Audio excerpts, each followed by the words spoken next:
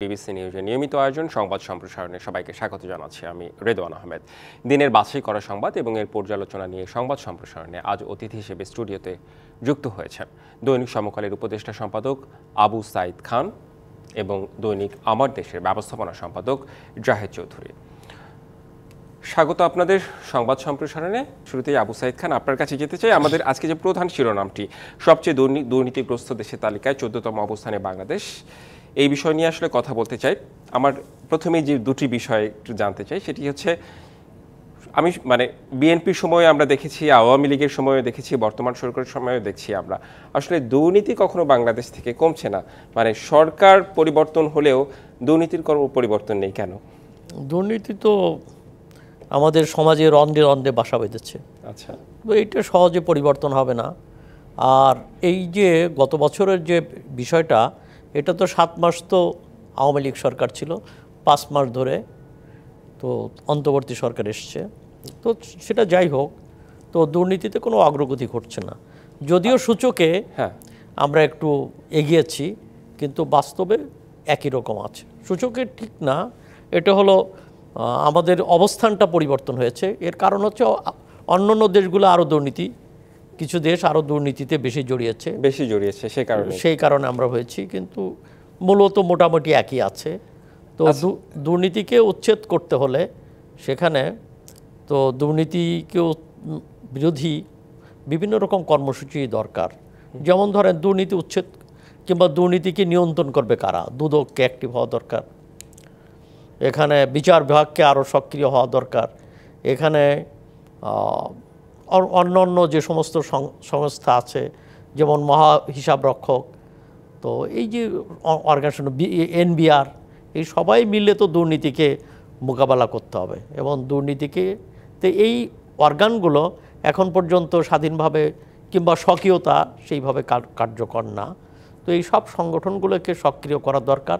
তাছাড়া যে জিনিসটা গুরুত্বপূর্ণ, যে একটা দুর্নীতি তো একটা সংস্কৃতি আছে, সেই সংস্কৃতি রয়ে গেছে। যেমন ধরেন যে দুর্নীতির বিরুদ্ধে জনমনে তেমন ঘৃণা নেই, তো সন্তান দুর্নীতি করে তো বাবা মা একটু গর্বই করে যে অনেক টাকা ইনকাম করে। আমাদের কালচার আবার এই যে দুর্নীতির টাকা দিয়ে তো তারা দান খয়রাত করে মনে করে যে তারা দেশের উপকার করছে, মানুষের কল্যাণ করছে।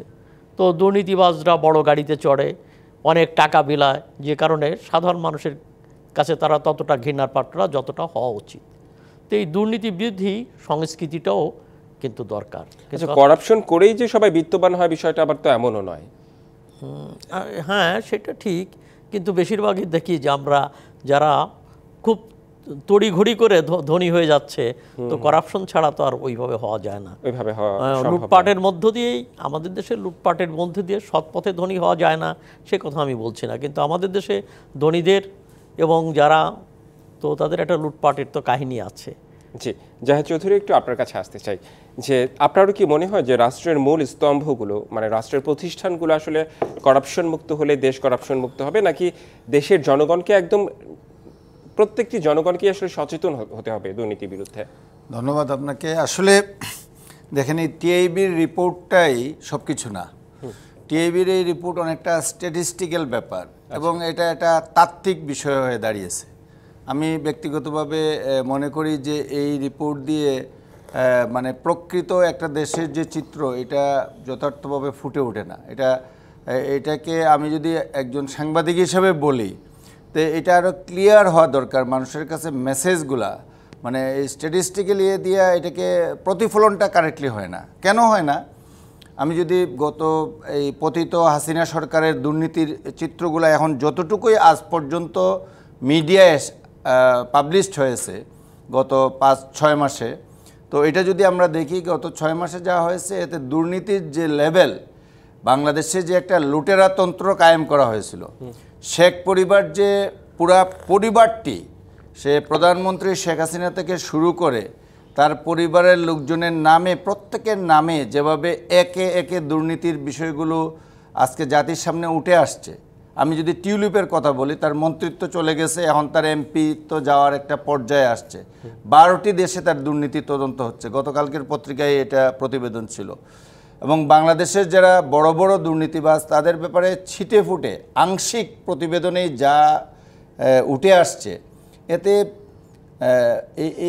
এই রিপোর্ট, টিআইবির রিপোর্টে কি আসলো না আসলো তার চেয়ে বড় জিনিস আপনার দেশেই তো, আপনার বাংলাদেশের তদন্ত সংস্থাগুলোই কিংবা মিডিয়াগুলোই যতটুকু প্রকাশ করেছে, মানে পরিসংখ্যানের দিক থেকে না দেখে বাস্তবেই দেখা যাচ্ছে। এবং শুধু তাই নয়, এখানে যে ঘটনাগুলো উঠে আসছে এইগুলা একটা ভয়াবহ চিত্র, এবং সারা দেশের মানুষকে শুষে নিয়ে, ব্যাংকগুলো লুট করে নিয়ে, এবং এই লুটের টাকা বাংলাদেশের বাইরে পাচার করে দেওয়া হয়েছে। দুইটা অপরাধ।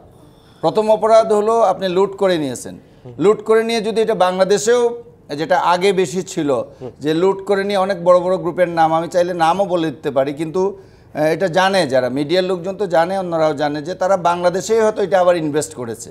এটা এক ধরনের লুট।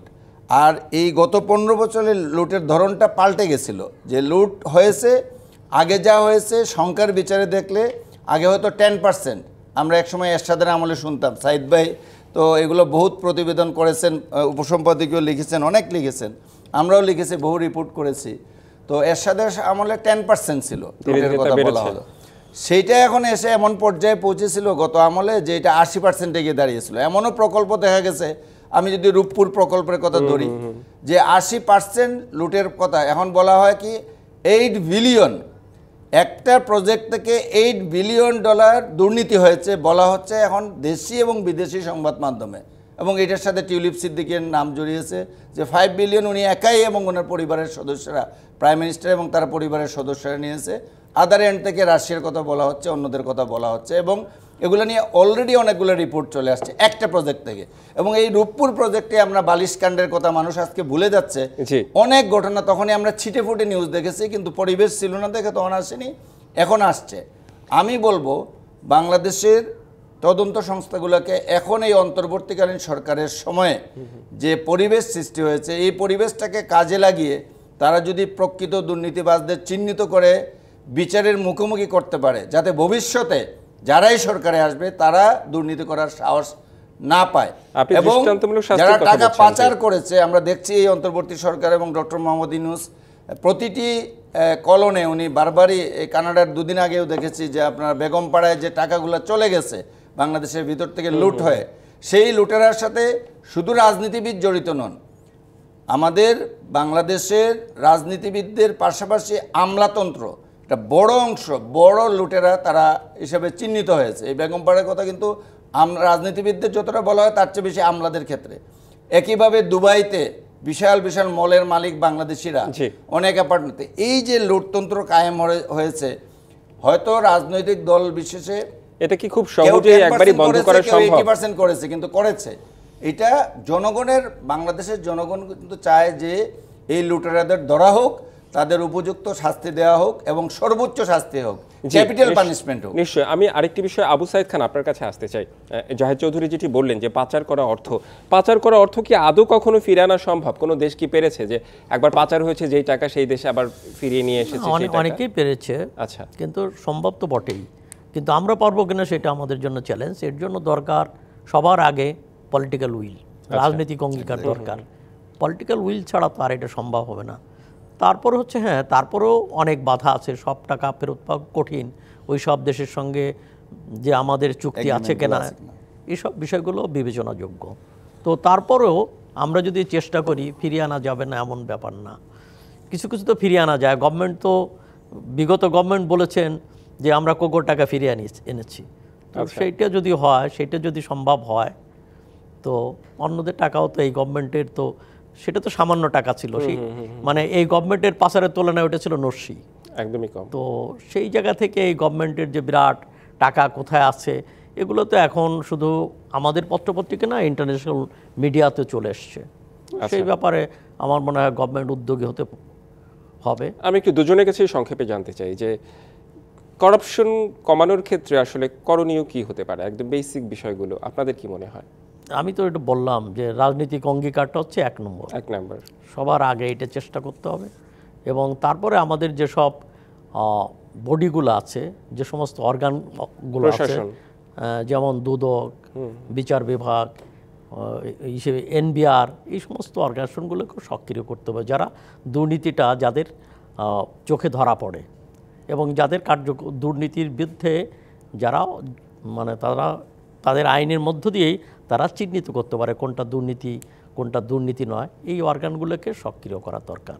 আর সর্বোপরি যে জিনিসটা দরকার সেটা হচ্ছে সংস্কৃতি বিরোধী মনোভাব গড়ে তোলা, জনমনে সেই মনোভাব করার, অর্থাৎ মানে দুর্নীতি বিরোধী সংস্কৃতি গড়ে তোলা। কেউ করাপশন করলেও তাকে যেন মানুষ ঘৃণা করে, বয়কট করে, তাকে যেন ভোট না দেয়, তাকে যেন সমাজে বড় আসনটা না দেয়, এই মনোভাবটা হয় না। যেমন কোথাও আমি একটা যাচ্ছি, আমি আমার একটা সাধারণ মানুষের উদাহরণ দিচ্ছি, আমি কোথাও গেলে আমি জানি ওখানে টাকা না দিলে কাজ হবে না, আমি তো বাধ্য হয়ে সেখানে টাকা দিয়ে কাজ করছি, আমি হ্যাসেল নিতে চাচ্ছি না।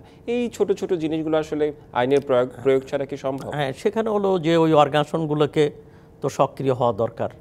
তো মানুষ কেন, দুই ধরনের দুর্নীতি আছে, একটা হচ্ছে যে সে বহু ধরনের মানে সে নিজেকে ফুলিয়ে ফাঁপিয়ে তোলার জন্য সে দুর্নীতি করছে, আর একটা হচ্ছে মানুষ বাধ্য হয়ে চাকরির জন্য কিংবা তার ভূমি অফিসে গিয়ে তাকে ঘুষ দিতে হচ্ছে, এটা মানুষ বাধ্য হয়ে দিচ্ছে।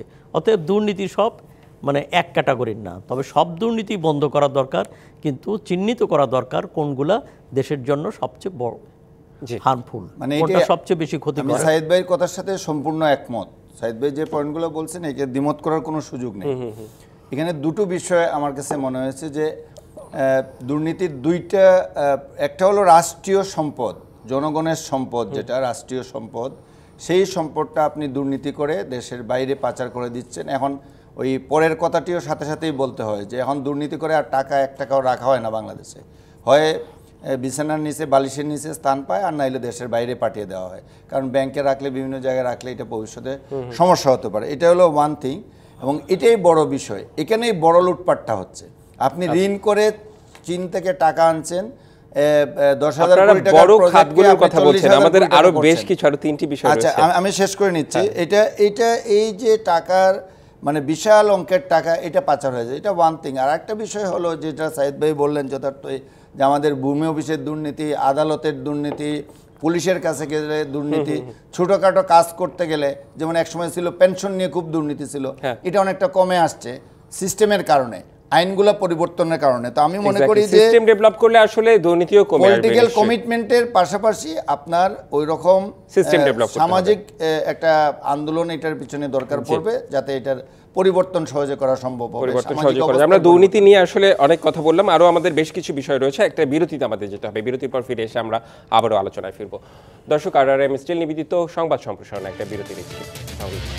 বিরতির পর আবারও স্বাগত RRM স্টিল নিবেদিত সংবাদ সম্প্রসারণে। আগে জানিয়েছি আজ অতিথি হিসেবে আমাদের সাথে স্টুডিওতে আছেন দৈনিক সমকালের উপদেষ্টা সম্পাদক আবু সাইদ খান এবং দৈনিক আমার দেশের ব্যবস্থাপনা সম্পাদক জাহেদ চৌধুরী। আবারও স্বাগত জানাচ্ছি বিরতির পর আপনাদের দুজনকেই। আমরা আসলে দুর্নীতি নিয়ে কথা বলছিলাম আজকে, যেটা সংবাদের প্রধান শিরোনাম। একটু চলে যেতে চাই নির্বাচনকে ঘিরে যে প্রস্তুতি নিচ্ছে সরকার, অর্থাৎ নির্বাচন কমিশন। চলে যেতে চাই জাহেদ চৌধুরী আপনার কাছে একটু জানতে চাই যে ডিসেম্বরকে সময় ধরেই আসলে নির্বাচনের প্রস্তুতি নিচ্ছে ইসি, এবং জুনে ভোটার তালিকা চূড়ান্ত হালনাগাদের পর জানানো হবে রোড ম্যাপ। তো আপনার কি মনে হয় যে ডিসেম্বরের মধ্যেই, বর্তমান দেশে যে সিচুয়েশন, ডিসেম্বরের মধ্যেই নির্বাচনের প্রস্তুতি নেওয়া সম্ভব? আমার মনে হয় যে এটা খুব সম্ভব।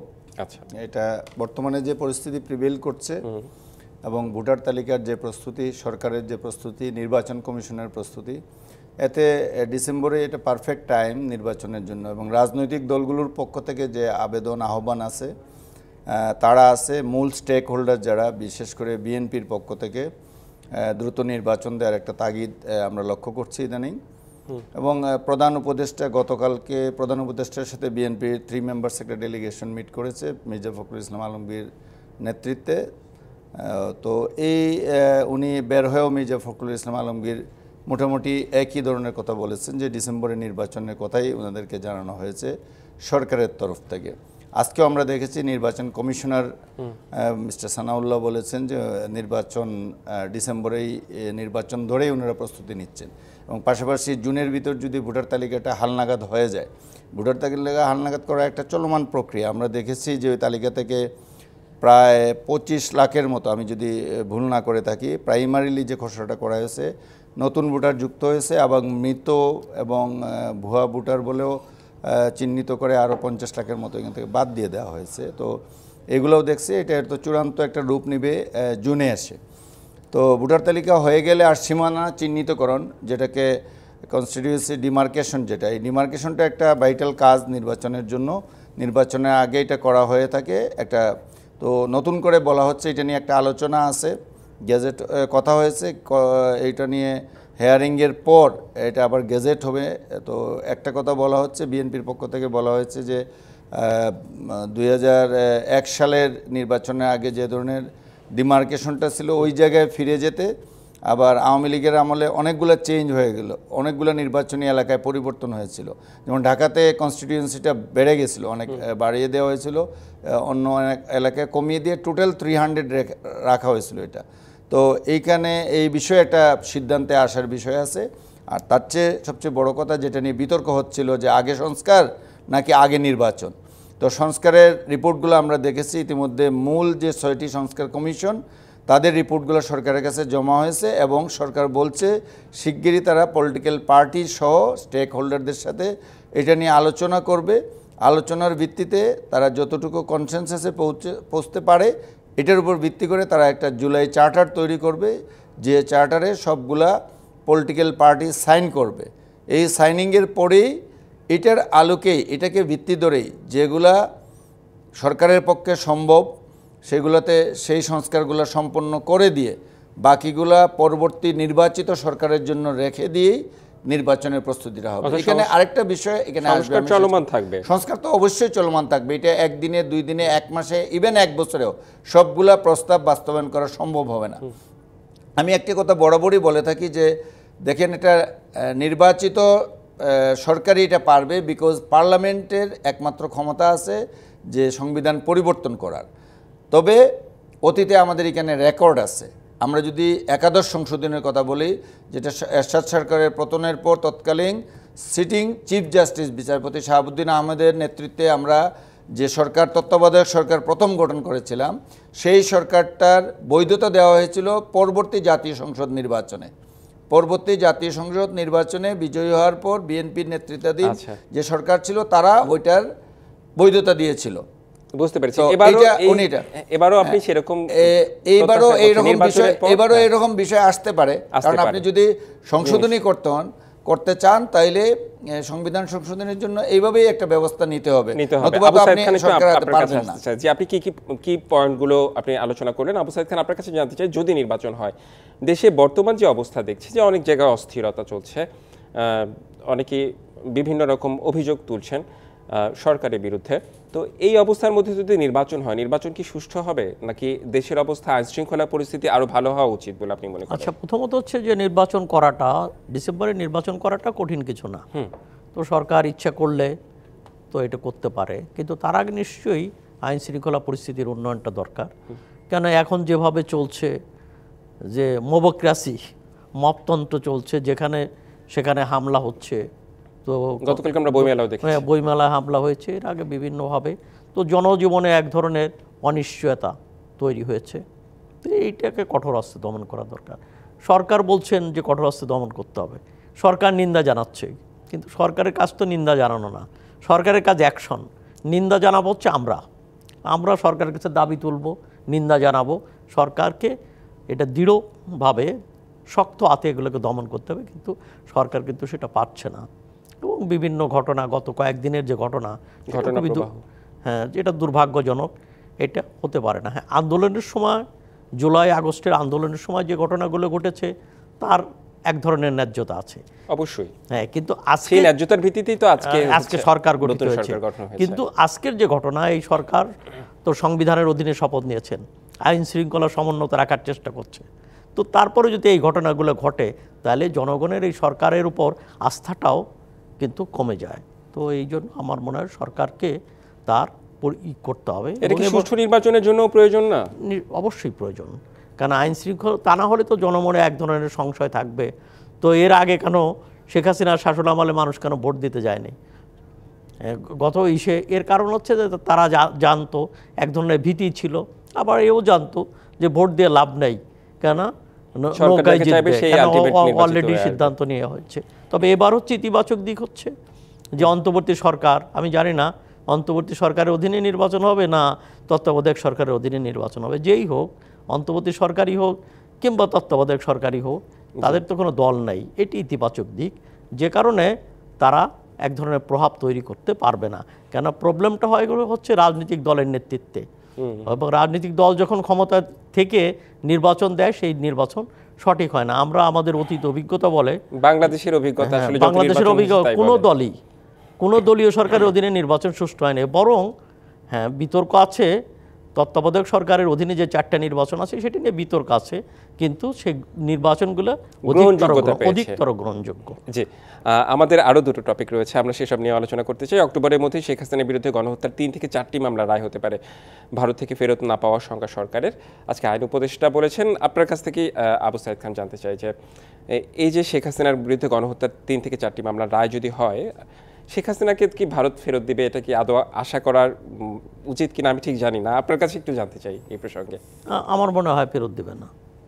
যেটা ভারতের আচরণে এবং ভারতের সঙ্গে শেখ হাসিনার যে সখ্যতা ছিল এবং ভারতকে যে সুযোগ সুবিধা দিয়েছে এবং ভারত বিনিময়ে তাকে ক্ষমতায় রাখারও চেষ্টা করেছে এবং নিয়ম বহির্ভূতভাবে বিভিন্ন ব্যাপারে হস্তক্ষেপও করেছে, তো তারপরে শেখ হাসিনাকে দেবে না। এবং ভারতের তো এই ঘটনা আছে যে দালাই লামাকে তো তারা আশ্রয় দিয়েছে এবং দালাই লামাকে কার্যক্রম পরিচালনা করতে দিয়েছে, এবং সেই দালাই লামাকে আশ্রয় দেওয়ার পরেও তো চীনের সঙ্গে কিন্তু বাণিজ্যিক অন্যান্য সম্পর্কের অবনতি ঘটেনি, তো তারা সেই ব্যবসা বাণিজ্য অন্যান্য সম্পর্ক কূটনৈতিক সম্পর্ক বজায় রেখেছে। এবং নিশ্চয়ই ভারত এই ক্ষেত্রেও সেই ধরনের প্রস্তাব দেবে যে ঠিক আছে আমরা আশ্রয় দিয়েছি, তো এটা আমাদের দিতে হয়েছে, এবং অন্য ক্ষেত্রে তারা সহজ স্বাভাবিক সম্পর্ক বাণিজ্যিক সম্পর্ক কূটনীতি এগুলোকে পরিচালনা করার চেষ্টা করবে। আর একটা হচ্ছে যে ভারতের ওপর যে চাপ সৃষ্টি করা, তো বাংলাদেশের পক্ষে সেটা কতটুকু সম্ভব হবে আমি জানি না। তা এর মানে এই নয় যে শেখ হাসিনা বাইরে আছে বলে তার শাস্তি দেওয়া যাবে না, বিচার হবে না, তা তো না। শেখ হাসিনা বাইরে আছে, কোথায় আছে সেটা ধর্তব্য না, বড় বিষয়টা হচ্ছে আইন, তো আইনানুগভাবে অপরাধী প্রমাণ হলে নিশ্চয়ই তার শাস্তি হবে। জি, আমি চলে যেতে চাই যদি আপনার কাছে। হ্যাঁ জি, আমি এখানে একটি বিষয়ের অবতারণা করতে চাই আপনার এই প্রশ্নের জবাবে। আমরা আগামীকাল জানি যে জাতিসংঘ বাংলাদেশের যে জুলাই হত্যাকাণ্ড সংগঠিত হয়েছিল সেটার উপর জাতিসংঘের প্রতিবেদন আগামীকাল প্রকাশিত হতে যাচ্ছে। জাতিসংঘ তাদের একটা ফ্যাক্ট ফাইন্ডিং মিশন বাংলাদেশে পাঠিয়েছিল, তারা এটার 1 সপ্তাহ নিবিড়ভাবে এখানে উপস্থিত থেকে 3 মেম্বার্স একটা কমিটি তারা এখানে অবস্থান করছিল এবং তারা স্পটে এসে এটার অনুসন্ধান চালিয়েছে। জাতিসংঘের মানবাধিকার বিষয়ক হাইকমিশনার মানে এশিয়া প্রশান্ত মহাসাগরীয় অঞ্চলের চিফ যিনি ছিলেন রুডি ম্যাকগুভেন, ওনার নেতৃত্বে একটা ইনকোয়ারি কমিশন বাংলাদেশে আসছিল। তারা বিভিন্ন পর্যায়ের লোকজনের সাথে তদন্ত করেছে, এগুলা নিয়ে তারা ব্যাপক তদন্ত করেছে, সরকারের বক্তব্য নিয়েছে, তারা শত শত ফুটেজ দেখেছে, ভিডিও দেখেছে, শুনেছে, এর উপর ভিত্তি করে তারা আগামীকালকে একটি রিপোর্ট দিতে যাচ্ছে। তো এই জাতিসংঘের রিপোর্টটা বাংলাদেশের এই গণহত্যার উপর, জুলাই গণহত্যার উপর, জুলাই ইনসিডেন্টের উপর, এবং আমি যতটুকু জানি এটার টাইম ফ্রেম হলো ফ্রম 1 জুলাই টু 15 অগাস্ট, মানে 5 অগাস্টে সরকার পরিবর্তনের পরের আরও 10 দিনও তারা এর মধ্যে ইনক্লুড করবে। এবং আমি এই দিকে একটু দৃষ্টি দিতে চাই যে এটা ইম্পর্টেন্ট প্রতিবেদন হবে, কারণ জাতিসংঘ থেকে বাংলাদেশের কোনো ঘটনা এইভাবে তদন্তের অতীত ইতিহাস নেই, এবং এই রিপোর্টের গ্রহণযোগ্যতাটা সারা বিশ্বে ব্যাপকভাবে হবে। যে রিপোর্টই আসুক না কেন এইটার একটা আলাদা গ্রহণযোগ্যতা। আমরা আমাদের একটা সরকার ক্ষমতায় একদলকে বিদায় করেছি, তারা পতিত সরকার, তাদের বিরুদ্ধে বর্তমান সরকারের রিপোর্ট আর জাতিসংঘের রিপোর্টের মধ্যে অনেক ফারাক আছে এবং বিশ্বব্যাপী এটার গ্রহণযোগ্যতা একটা বিষয় আছে। আমরা এই রিপোর্টটার দিকে তাকিয়ে থাকবো, এবং আমি যতটুকু জানি আগামীকালকে আমাদের পত্রিকায় এটা একটা লিড স্টোরি হিসেবে যাচ্ছে। আমি যেহেতু আমার নিউজ রুম থেকে বেরিয়ে আসছি, ইনফরমেশনটা আমার কাছে আছে এবং আমি যত সামান্য এখানে আপনাকে বললাম। তো এই রিপোর্টে এই সরকারের কার কি ভূমিকা ছিল, শেখ হাসিনা কি রোল প্লে করেছিলেন, তার স্বরাষ্ট্রমন্ত্রী কামাল সাহেব কি রোল প্লে করেছিলেন, বিভিন্ন গোয়েন্দা সংস্থার প্রধানরা, বিভিন্ন সংস্থা প্রধানরা কে কি করছিলেন, একবারে এদের টোটাল এভিডেন্সগুলা এই রিপোর্টটার মধ্যে আসতে যাচ্ছে।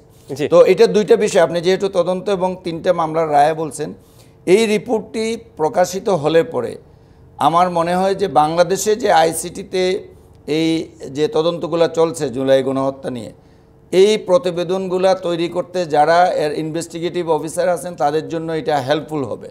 পাশাপাশি বিচার প্রক্রিয়াটাও দ্রুত হবে, কারণ তারা অনেক ইনফরমেশন এখান থেকে পেয়ে যাবে। তদন্তের অগ্রগতিতে এই প্রতিবেদন গুরুত্বপূর্ণ ভূমিকা রাখবে। আমি মনে করি যে আমাদের আরেকটি বিরতিতে যেতে হবে, বিরতির পর ফিরে এসে আমাদের আরো কিছু টপিক রয়েছে, আমরা সেই সব বিষয় নিয়ে আলোচনা করতে চাই। দর্শক, RRM স্টিল নিবেদিত সংবাদ সম্প্রসারণে আরেক বিবৃতির সময় হয়েছে, সঙ্গেই থাকুন। বিরতির পর আবারও স্বাগত RRM স্টিল নিবেদিত সংবাদ সম্প্রসারণে। স্টুডিওতে আছেন আবু সাইদ খান এবং জাহিদ চৌধুরী। আপনাদের আবারও স্বাগত জানাচ্ছি বিরতির পর। আবু সাইদ খান, শুরুতেই আপনার কাছে চলে যেতে চাই। আজকের মানে সংবাদ শিরোনামগুলোর একটি অন্যতম শিরোনাম হচ্ছে সাংবাদিক দম্পতি সাগর রুনি, মানে 13 বছরেও রহস্যভেদ হলো না সাংবাদিক দম্পতি সাগর রুনি হত্যাকাণ্ডের।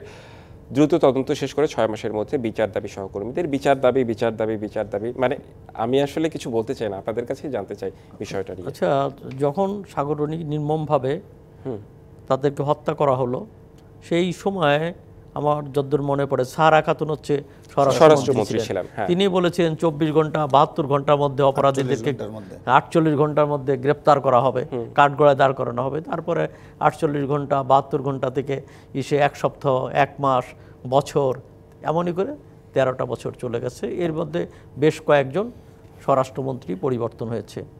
তো তারপরে আমাদের একটা বদ্ধমূল ধারণা ছিল যে এই সরকার বিচার করবে না। তাহলে সরকার পরিবর্তন হওয়ার পরে বোধহয় সাগর রুনি হত্যার বিচারের জায়গাটা তো খুলে যাবে, বিচার হবে। তো আমরা আশাবাদী ছিলাম যে এই সরকার আসার পরে নিশ্চয়ই আর কোনো বাধা নাই, কিন্তু এখনও দেখছি যে না, বাধা দূর হয়েছে বলে মনে হয় না, এখনও যেন এটা জিয়ে আছে, এখনও আবার আলটিমেটাম দিতে হচ্ছে। তো এই খেলাটা কতদূর চলবে। আর একটা হচ্ছে আমাদের পুলিশের সম্পর্কে আমি বলি যে তারা কিন্তু তাদের কারিগরি দক্ষতা কিংবা ঘটনা তদন্ত করার ক্ষমতা কিন্তু অতটা খারাপ নয়। পুলিশ দুর্নীতিগ্রস্ত হয়েছে, একদল পুলিশ বিপদগামী হয়েছে, তাদেরকে খারাপভাবে ব্যবহার করা হয়েছে, সেটা আর একটা বিষয়। কিন্তু তাদের এফিসিয়েন্সি আছে, দক্ষতা, সামগ্রিক দক্ষতা, হ্যাঁ, এবং তদন্ত করে রহস্য উন্মোচন করা তাদের পক্ষে সম্ভব, তারা চাইলে এটা সম্ভব। সদিচ্ছার বিষয়, হ্যাঁ, সদিচ্ছার বিষয় বটে, কেন চাইছে না? আমার প্রশ্নটা সেখানে। এর পিছনে আর কি রহস্য আছে আমি জানি না, তবে উদ্ঘাটন হওয়া দরকার। আর যদি এরা না পারে তাহলে বলে দিক যে আমরা পারছি না, দরকার হলে জাতিসংঘের টিমে এনে এটাকে রহস্যটা উন্মোচন করা উচিত। কেন এইটাতে এইভাবে চলতে পারে না, বছরের পর বছর, এবং একটা হুমকি হয়ে আছে। কি রহস্য এমন কিছু?